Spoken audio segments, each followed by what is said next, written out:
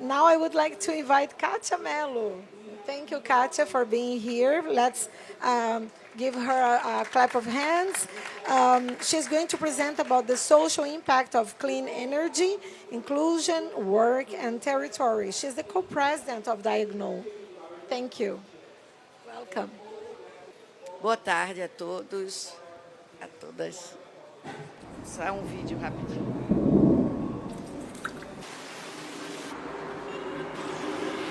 O mundo não para de mudar. Cidades crescem. Muros se erguem. E tudo acelera. Sem pausa. Observamos o futuro acontecer. Visto de cima. De longe. Na diagonal. Escolhemos olhar de perto. Desde 1990, acreditamos que para transformar territórios é preciso começar pensando em quem vive neles.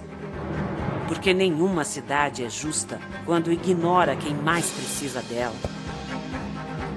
Começamos com algo simples, mas revolucionário: a escuta. Fazer com e não apenas para. Porque acreditamos que mais do que estar, é preciso pertencer. Mais do que agir, é preciso incluir. Construir juntos.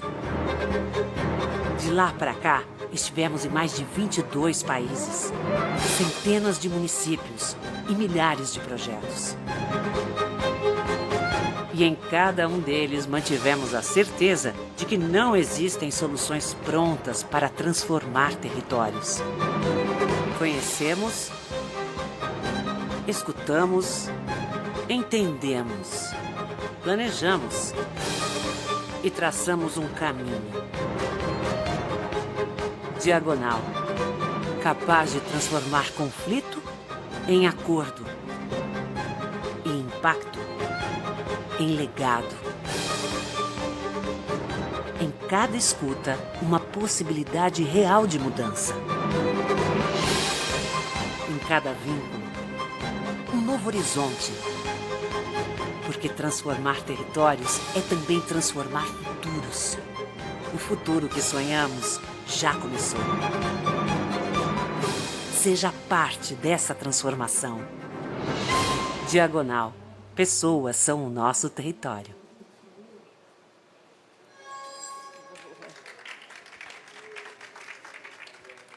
É um prazer estar aqui com vocês, né, e falar sobre justiça climática em tempos tão difíceis, né, em relação a esse tema, né.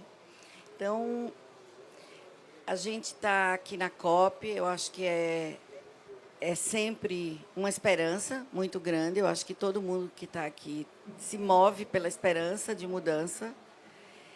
E a gente fala de energia limpa e de todo esse desejo, mas o que nos move mesmo é que essa energia signifique também inclusão, território, trabalho, para as pessoas que vivem nesses territórios. Então, essa é a grande razão que a Diagonal nasceu há 35 anos e que a gente vem trabalhando em diversos territórios para que a inclusão, de fato, possa acontecer. Esse é o nosso maior compromisso. Nesse sentido, né, nós estamos falando de transição energética e ela é inevitável, ela tem que acontecer, né? Nossa esperança é que o financiamento climático que é necessário para a adaptação climática possa avançar nessa COP. Eu acho que essa é a esperança de todos nós. Mas a pergunta que eu gosto sempre de trazer é para quem é essa transição, né? Então, é a grande preocupação, né, de como essa transição será, de fato, desenvolvida. E aí, eu gosto sempre de trazer alguns números que são absolutamente chocantes quando a gente fala de pobreza energética, né? A gente fala de uma energia a mais sofisticada possível, limpa, mas a gente, quando olha para o mundo, a gente tem 750 milhões de pessoas sem acesso à energia básica. Então, a gente está falando de transformá-la, de deixá-la limpa, mas tem 750 milhões de pessoas no nosso planeta que não têm energia elétrica. Pior ainda, né, se a gente estuda a questão da cocção, que é de você preparar a energia para cozinhar, a gente tem no mundo, e esse dado assim é chocante, né?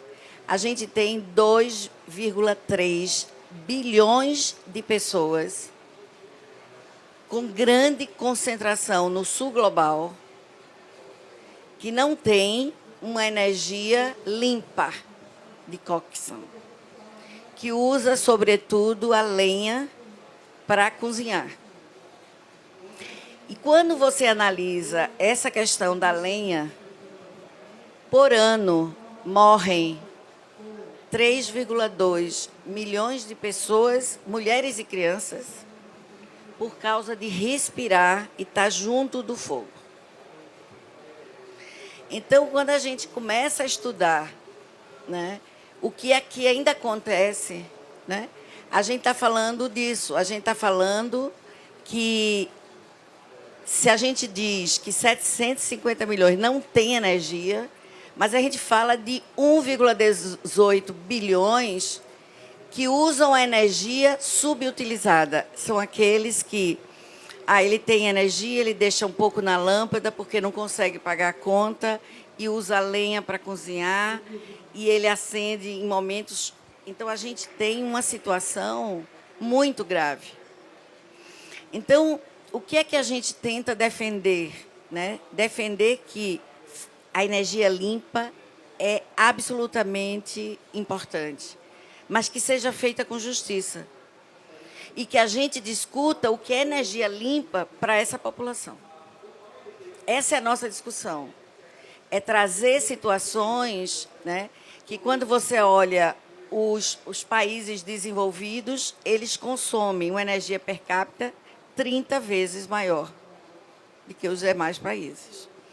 Quando a gente fala da mulher, a situação da mulher que passa 20 horas por dia relacionada à lenha, e não sei se vocês sabem, a questão do carbono negro, que é o que você queima da lenha, dos restos da lenha, é péssimo, é um dos piores. Então, quando você olha para tudo isso, a gente tem que refletir bastante sobre essa situação. E falar de pobreza energética é falar de saúde, porque impacta em mortes prematuras de mulheres e crianças, é falar de desmatamento e emissões de carbono negro, que são agravados com a crise climática, é falar de gênero, porque as mulheres são a mais afetada e elas levam um tempo invisível, né, no seu dia, e da justiça social, porque a gente vem comunidades inteiras mantendo nesse ciclo de pobreza. Então, transição energética é a solução? Então, é nesse sentido, né, que a gente traz uma reflexão, né, uma reflexão, né, que a transição é, sim, extremamente fundamental, mas ela precisa ser justa. Então, nós precisamos incluir aqueles que mais precisam de uma transição. A gente não pode falar em transição sem considerar essas comunidades, né? E nem toda energia renovável é limpa para quem vive aonde ela é gerada. Eu acho que a gente tem que ter esse cuidado. A gente fala hoje da energia eólica, mas a gente sabe que afeta, se as comunidades estiverem muito próximas, elas têm problemas de saúde seríssimos, com barulho, com todo. Então, a gente precisa entender essas relações, que as comunidades que estão próximas nem sempre recebem essa energia limpa. Então, esse cuidado é muito importante. E, para isso, a gente precisa incluir, cuidar das pessoas para, de fato, transformar as suas vidas.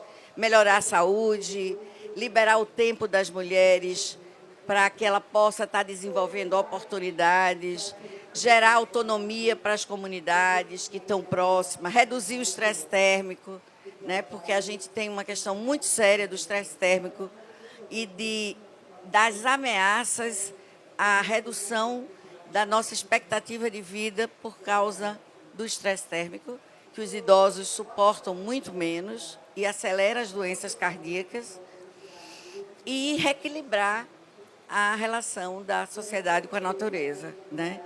Então, esses são os efeitos que são fundamentais. Para isso, a gente precisa conhecer essas realidades.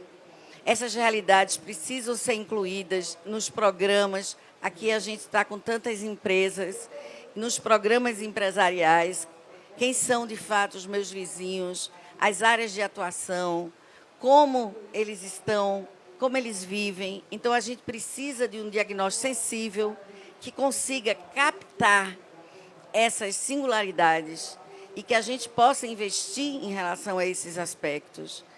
A gente precisa ter soluções que sejam acessíveis, mas também culturalmente aceitas, porque há de ver que uma mulher que passou a vida inteira cozinhando daquela forma, ela se adapta a essa forma.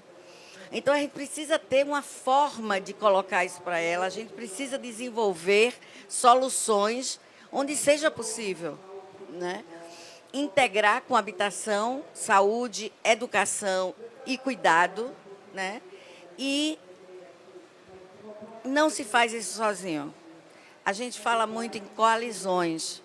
Sem coalizões com corresponsabilidade do setor privado, com o poder público, com a sociedade civil, com as comunidades, a gente não faz a mudança que é necessária. Eu acho que esse é o grande tema para que a gente possa, e aí trazer que, sim, as empresas são corresponsáveis, né? Um outro aspecto, só para finalizar, que eu não estou conseguindo passar, outro aspecto aqui, é que ela não se constrói sozinha. Aquilo que tinha no vídeo, a gente não faz para as pessoas, a gente faz com as pessoas. E quando a gente envolve a transformar a cultura das pessoas, a gente precisa, antes de mais, fazer com que ela caminhe junto, que ela transforme junto. Então, a escuta é essencial.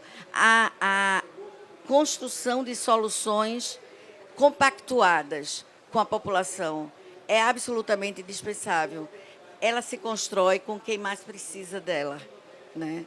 Só assim ela é sustentável. E, nesse sentido, né, a gente trabalha na perspectiva de um mundo de regeneração. Nosso sonho, para onde a gente caminha? A gente caminha para a regeneração. É a única solução que existe para o nosso planeta. E para nós humanos, que somos corresponsáveis de tudo que está aí acontecendo. E quando a gente olha para a energia limpa, a gente tem que falar energia limpa com justiça social, mas com planejamento territorial. Olhando para quem vive, para quem está ao lado, para quem não se apropria dessa energia, para quem precisa dela, essencialmente. A gente hoje precisa de tanta energia para a inteligência artificial. A quantidade de energia que a gente precisa para a inteligência artificial é muito maior do que as nossas cidades juntas precisam. Então, é só olhar para 2050 e perceber o que isso vai acontecer de revolução. Imagine se a gente não priorizar a justiça social. Então, a gente fala de uma regeneração que é mais do que uma estratégia climática, é um pacto civilizatório. É isso que a gente acredita. A gente tem que pensar nisso, pensar no quanto isso significa e de quanto isso... Então, a gente fala em energia, é aquela que salva, liberta e reconstrói. a gente está falando de uma energia que regenera e de uma energia que sustenta o futuro.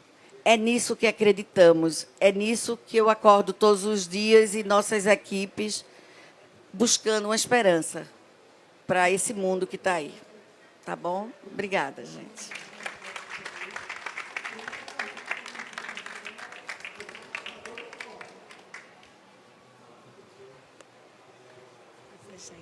Thank you, Katia.